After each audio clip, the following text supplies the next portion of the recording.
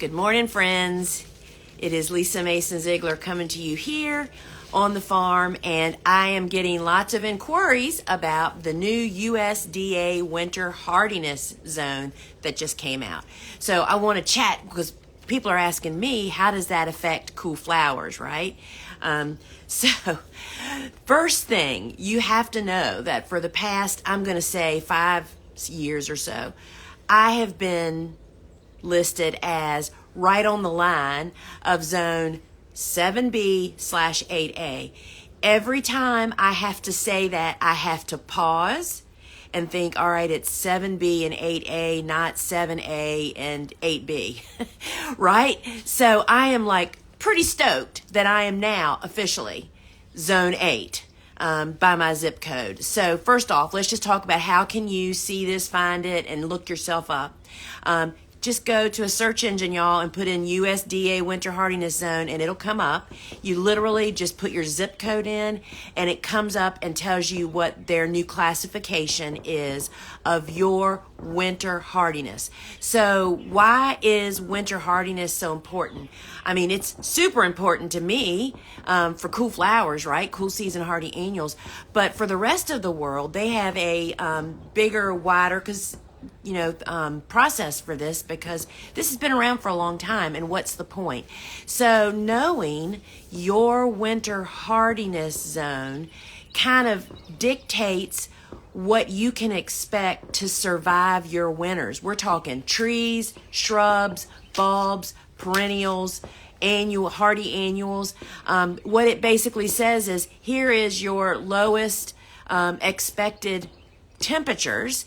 And these, and then you look up a tree or a shrub, for instance, hydrangeas are one of those. There are most hydrangeas will survive in more northern climates. However, those that bloom on last year's wood, the buds don't survive at certain hardiness zones. So there is a lot of validation in knowing what your winter hardiness zone is. So all you have to do to find what they're saying your zone is now based on climate change is to put in your zip code, and it'll come up and tell you, right? So how does this affect cool flowers? First off, hooray! This means that more people will now realize that there's more flowers, cool season hardy annuals, that they can fall plant. And why am I so happy about that? Because friends, until you experience fall planting of cool season hardy annuals that survive winter in your winter hardiness zone, you can't imagine the improvement in quality, in health. The plants are more disease resistant because they're more well established when they have to start performing, right? They grow more stems, they grow taller stems. I mean, just think about it. It's the difference between you getting ready for an hour and having time to do everything you got to do, instead of somebody saying, hey, don't you want to go with me XYZ? Get ready in 3 minutes, and you're running out the door, pulling your coat on. Did I get my shoes? Did I get my wallet? Where's my phone? That's exactly what we do to plants when we plant them at the wrong optimal time. And many cool season hardy annuals, all cool season hardy annuals, will survive winter in many winter hardiness zones. So zone 8, which I am now, I guess y'all, I just can't believe I get to say that now. So what is about the A and the B? So I used to be classified as zone, I'm in mid-Atlantic, I'm in southeastern Virginia, even though I sound like I'm in Georgia, right? I have been in zone 7B/8A for all these years. I'm on a peninsula, I'm around water. It literally would depend on how the wind blows during the winter as to what our temperatures would be. We had some really mild winters. When you talk to people that are living in like Minnesota, they laugh when we talk about winter, right? But then some winters, we get that polar blast where we go down to single digits, which, yeah, that's pretty cold for those of us that aren't expecting it, right? So what is the A and the B about?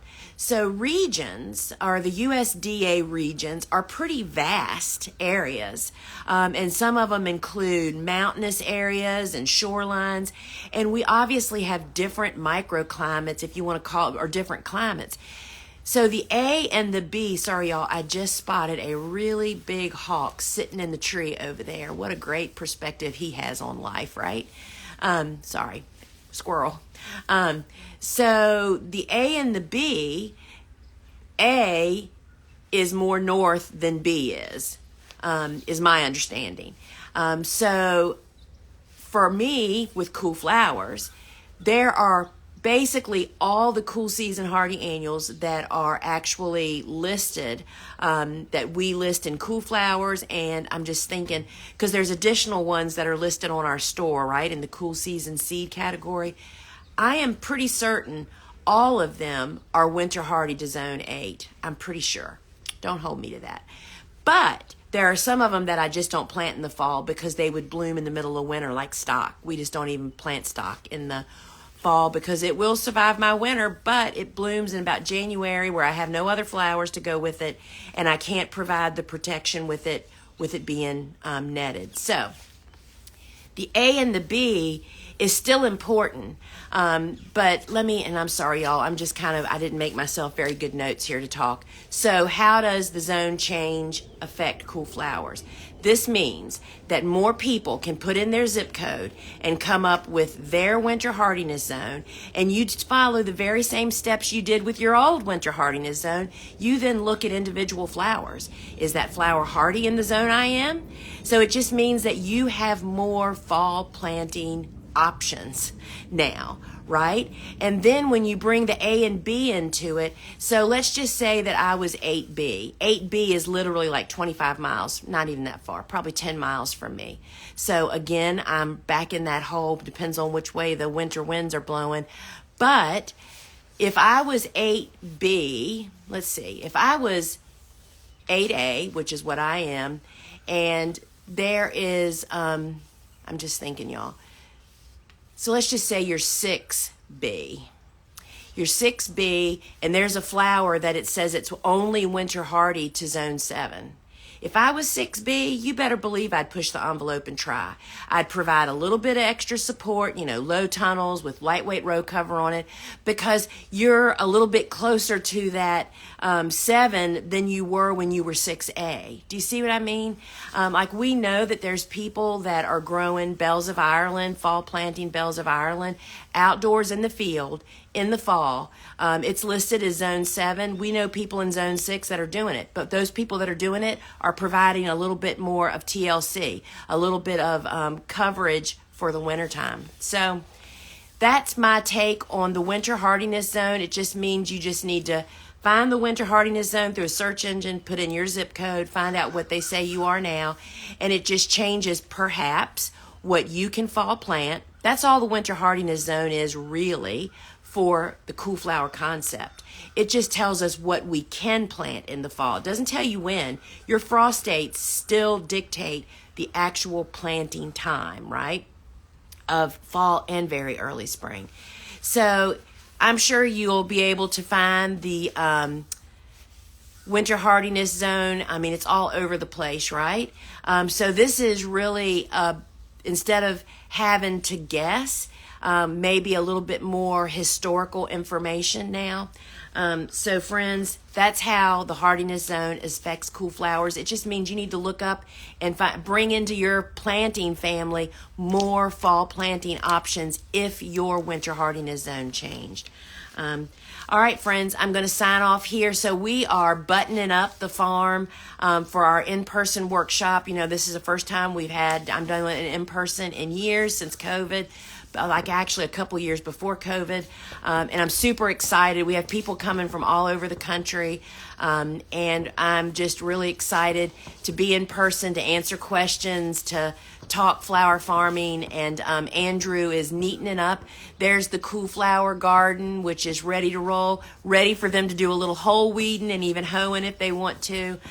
So we're really going to have some hands-on experience, and you'll hear from me later today, 2:30. I'm going to be doing a live over on YouTube with Gretel, the growing cut flowers in hoops and structures. Enrollment is open this week, and it's enrolling with the legacy price of $595, which changes on Saturday. The price increases. But in addition to that, y'all, we are giving away an exclusive bonus this week.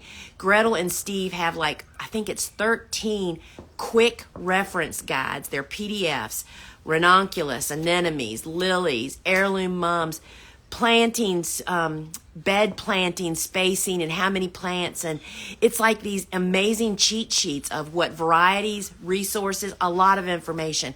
So when you purchase their course, which is on sale now at thegardenersworkshop.com, you get that bonus resource, which I got all caught up in reading it yesterday. I mean, it's like you could sit down with that and go online and order your bulbs instead of having to go through learning, go through figuring out what varieties. They talk about the pre-chilled tulips in that quick reference. Anyway, so Gretel and I will be talking. Please bring your questions. You'll find us on YouTube and Facebook at 2:30 Eastern Time today.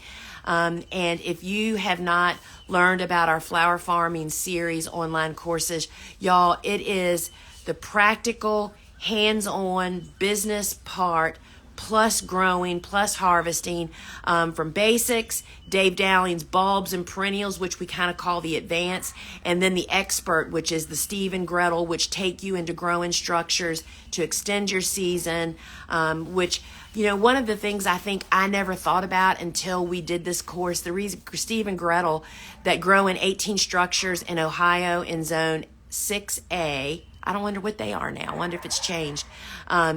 They really explored season extension so that they could retain their awesome employees instead of just having them as seasonal. If you have seasonal employees, when they leave for the winter, there's a good chance they're not coming back, which means you have to retrain, which means more investment, more money.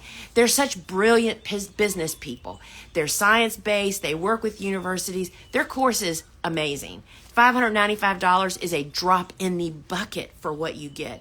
And remember that you have lifetime unlimited. And Poppy Patch, you were emailed those resources. If you're their student, you would have received an email, I think on Sunday or Monday morning, that had a link to all of those PDFs. So friends, see you at 2:30. And remember, if your hardiness zone changed, all that means is you have more cool flowers that you can plant in the fall now because they will survive winter in your winter hardiness zone.